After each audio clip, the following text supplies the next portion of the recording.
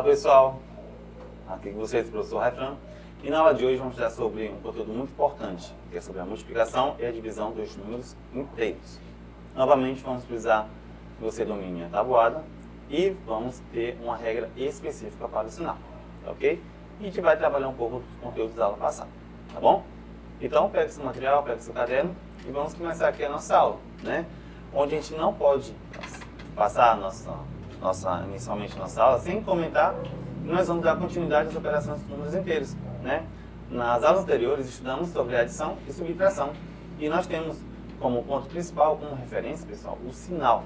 Lembrando na aula passada que quando temos sinais iguais, somamos, né, e repetimos o sinal. Quando os sinais são diferentes, nós subtraímos e colocamos, ou seja, conservamos o sinal do maior. Na multiplicação e divisão, vamos ter algo parecido em relação a esse método, né? Olhando também os sinais, né? Outro ponto que a gente pode comentar aqui com vocês é que nesse nosso foco de hoje, a multiplicação e a divisão, é extremamente importante que você saiba trabalhar com duas coisas. A tabuada, né? Principalmente de 0 até 12, por exemplo, já que você está no 7º ano, e também a regra dos sinais. Todo livro que você pegar, ou qualquer local que você pesquisar, sempre vai falar da regra dos sinais, e que você vai aprender hoje com a gente, tá bom? Mas antes disso, vamos lá. A gente precisa relembrar um pouquinho sobre as operações com os números inteiros, né? Antes de tratarmos as operações, devemos recordar os elementos desse conjunto.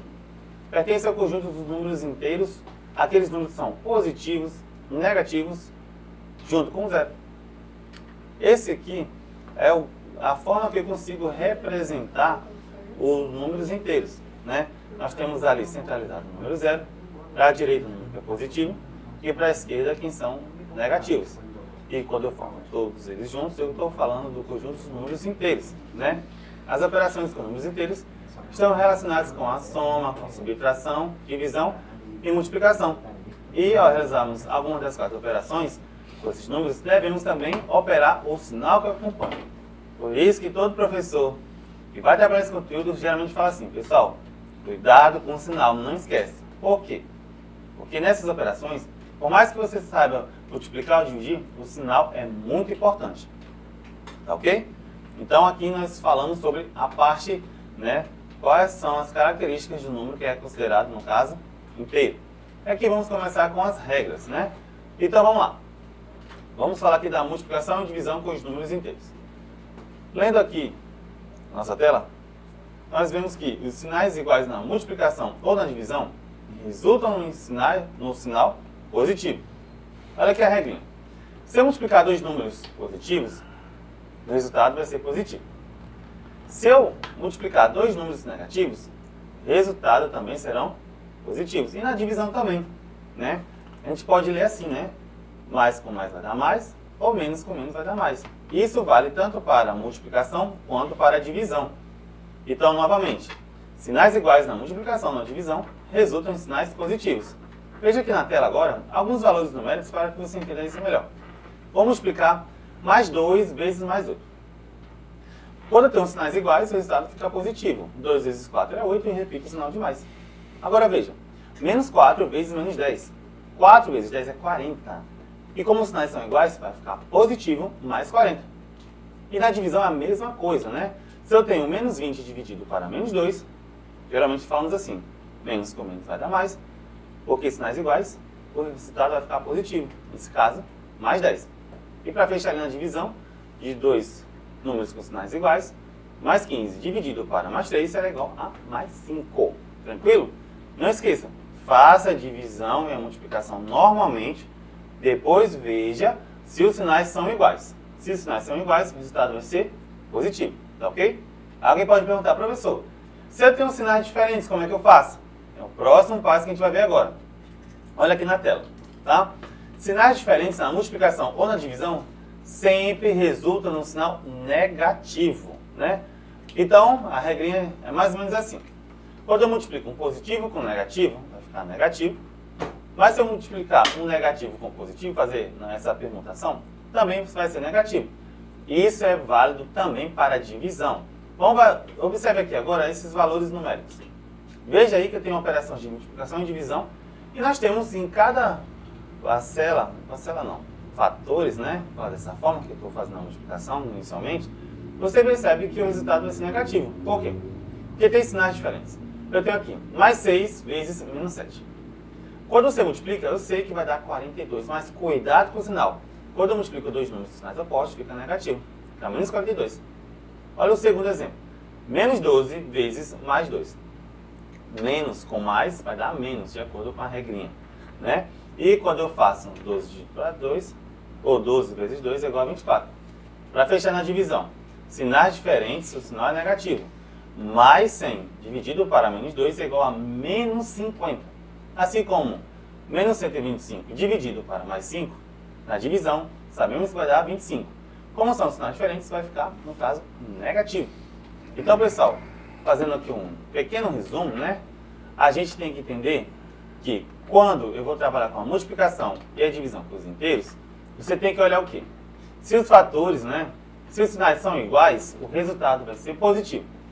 Se os sinais são diferentes, né, o resultado será negativo. Se um dos valores a ser trabalhado é o número zero, principalmente na multiplicação, que na divisão tem que ter cuidado aí no segundo elemento, que é o divisor, né, o resultado vai ser igual a zero. Aqui estou trabalhando mais com a multiplicação. Então, vou fazer uma pergunta aqui para vocês. Aí de casa, se eu perguntasse quanto é que é mais 9 vezes menos 6, você acha que daria quanto? Você tem que fazer a seguinte estratégia. Primeiro eu vou multiplicar normalmente, depois olha o sinal. Olha, se a gente multiplicar 9 vezes 6, é igual a 54. Aí você vai olhar, os sinais são iguais ou são diferentes? Então, nesse caso, como os sinais são diferentes, o resultado vai ser menos 54. Porque sinais diferentes ficam negativos. Aqui eu tenho menos 8 dividido para menos 2. De acordo com a regra dos sinais, quando eu tenho sinais iguais, eu vou ter como resultado um número positivo. A metade de 8 é 4. Aqui se eu colocasse menos 5 vezes menos 3, percebo que os dois elementos são negativos. Como eles são, na verdade, dois elementos com sinais iguais, então, consequentemente, o resultado vai ser positivo.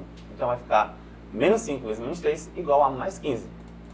E aqui, o resultado desse produto, ele vai ser igual a mais 42. Tá bom?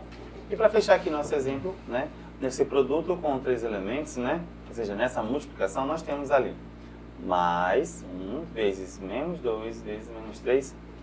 E nós vamos poder responder fazendo dois momentos. O primeiro, quando eu multiplico 1 vezes 2 vezes 3, vai ser igual a 6. Fazendo um jogo de sinais, trabalhando com a propriedade associativa, resumindo, fazendo de 2 em 2, nós vamos ter ali, mais com menos vai ser menos. Então, quando eu vou colocar menos com o último menos do menos 3, vai ficar mais, ou seja, o resultado aí será igual a mais 6. Então, perceba que em todos eles, preste atenção tanto no resultado numérico quanto ao sinal. Ok? Então, preciso que você entenda esse passo para que você entenda as resoluções. Então, vista a teoria, vamos fazer aqui o exercício número 1, se a gente consegue resolver ele utilizando os números inteiros. Tá? A pergunta fala o seguinte: José comprou uma bicicleta que pagará em 5 prestações, ou seja, parcelas de R$ 45 cada um. Qual é o valor da dívida de José? Né? Então, pessoal, se dívida, né, você tem que analisar, ele é positivo ou é negativo? Né? Então, dívida, quando você vai obter, com certeza é algo, um valor negativo. Mas você pode, sem problema, trabalhar com um número positivo para encontrar a resposta. Então, analisando a situação, você tem alguns caminhos para resolver. Olha aqui o primeiro, né? Para calcular a dívida de José, podemos escrever, né? Como eu tenho 5 parcelas e como eu estou devendo, então ficaria menos 45. Então, perceba que você pode fazer essa adição, né, de menos 45 mais menos 45, menos 45, no caso 5 vezes, e essa adição vai ser igual a menos 225, né? Ou seja, essas 5 parcelas adicionadas, né, eu posso colocar o valor, no caso, de 225. Professor, tem outro modo de fazer?